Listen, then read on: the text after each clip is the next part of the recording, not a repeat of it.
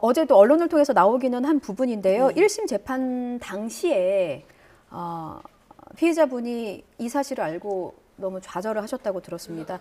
그 형수가 유포한 영상을 대형 스크린으로 재생을 했습니다. 이게 2차 피해 논란이 좀 불거진 상황인데 이게 구체적으로 어떤 상황이었던 거죠? 사실 이것도 사실 이런 종류의 사건들에서 계속 논란이 되고 있는 부분입니다. 예. 형사소송법과 형사소송 규칙에 이제 따르면은 이런 디지털 증거, 녹화물 이런 것들은 재생해서 이제 확인을 하게 되어 있습니다. 예.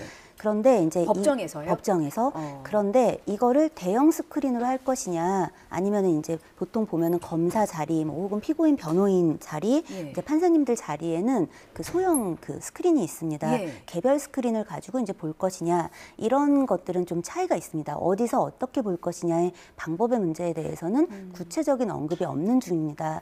전에 이제 우리가 N번방, 뭐 박사방 이런 예. 사건들을 지나면서 예. 이런 문제가 계속 불거졌고 피해자들의 문제 제기가 계속 있었기 때문에 이 법무부에서도 개별 스크린에서 재생하는 어떤 그런 법안을 이제 좀 만드는 게 좋지 않겠냐라는 권고, 제언도 있었던 상황입니다. 다만 이거는 재판부의 재량인 것이죠. 그런데 이제 이 사건에서는 법정에 있는 대형 스크린을 통해서 이제 이게 재생이 됐고 물론 방청석에 있는 사람들은 나가라고 했습니다. 하지만 볼까요? 합의부 재판부니까 벌써 판사님이 3명이에요. 그렇죠. 검사님이 있고 제가 있습니다. 피해자 변호사인. 예. 자, 피고인 측 변호사가 여러 명 있었습니다. 그리고 그 자리에. 그렇죠. 예. 그리고 피고인이 있죠. 그리고 재판부에 소속된 어떤 그런 스텝 직원들이 있습니다. 뭐 그리고 경위라든지. 법정 경위도 예, 있고요. 그러면 벌써 이 인원이 거진 20명 가까운 인원이 이걸 함께 시청하는 상황이 돼버리는 겁니다. 피해자 입장에서 괜찮을까요?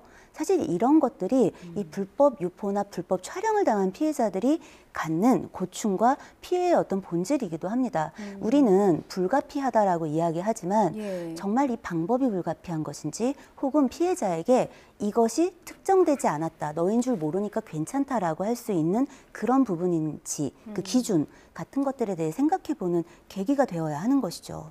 과거에 어느 특정 사건이라고 언급은 못하겠습니다만 피해의 영상을 네. 이렇게 공개할 수가 없어서 판사 혼자 다른 방에 가서 보기도 네. 하고 이런 케이스도 있긴 했었거든요. 근데 이번 맞습니다. 사건을 보면 비공개라고는 하지만 그 법정 안에 한 20명가량의 인원이 있었고 네. 그리고 그것을 또 대형 스크린으로 네. 틀어서 봤다는 점, 재생했다는 점. 그러니까 이게 그 개별 스크린으로도 볼 수 있는데 이제 이런 방법을 선택하는 네. 거잖아요. 근데 그런 걸 보면 판결문 안에 피해자의 신원을 특정할 수 없는 점이라고 이제 반영한 어떤 재판부의 시각이 반영돼 있다. 네. 이렇게 좀 볼 수 있는 겁니까? 그렇죠. 그리고 이제 이런 부분에 대해서 법원은 이런 입장인 것 같습니다. 예. 이렇게 해왔고 이 증거 조사를 해야 되는 거다. 그거에 아무도 뭐라 하지 않습니다. 다만 그 방법을 어떻게 할 것인가를 우리가 피해자의 입장에서 고려하고 배려하고 있는가. 적어도 법원은 그 배려를 해야 하는 거잖아요. 예. 그리고 예를 들어서 이게 자백한 사건이란 말이에요. 예. 그러면 이런 부분에 대한 법의 어떤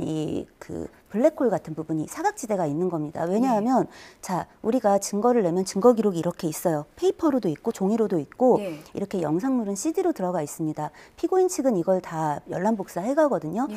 그러면 검찰도 그 재판부도 피고인 측도 이걸 갖고 있는 건데 자백 반성한 사건에서 이걸 함께 보아야 할 증거조사의 실익이 무엇인지도 고민은 해볼 필요가 있거든요. 그래서 여러 가지 측면에서 법의 측면, 그다음에 이걸 적용하는 측면에서 기존에 이랬으니까 문제가 안 돼, 법에 위반되는 게 아니야 라고 이야기해야 될 게 아니라 이렇게 문제 제기가 되었을 때 이 문제 제기가 합당하다면 돌아보고 고쳐야 될 건 개선해 나가야 되는 게 맞지 않겠나라는 생각이 듭니다.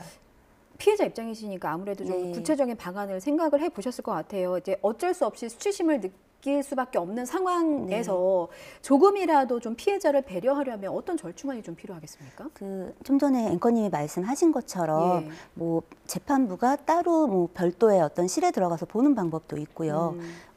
뭐 그렇지 않다 하더라도 법정에서도 개별 스크린으로 보는 방법도 있잖아요. 예. 그리고 이런 부분에 대해서 영상의 뭐 전부를 재생하기보다 필요한 부분에 한해서 재생을 하는 것들, 이런 방법들에 대해서는 예. 사실 여러 가지 것들이 있기 때문에 그걸 했느냐와 안 했느냐의 차이가 있을 뿐인 거죠. 예, 세세한 가이드라인을 만들 필요가 있다는 입장을 좀 밝혀주셨습니다.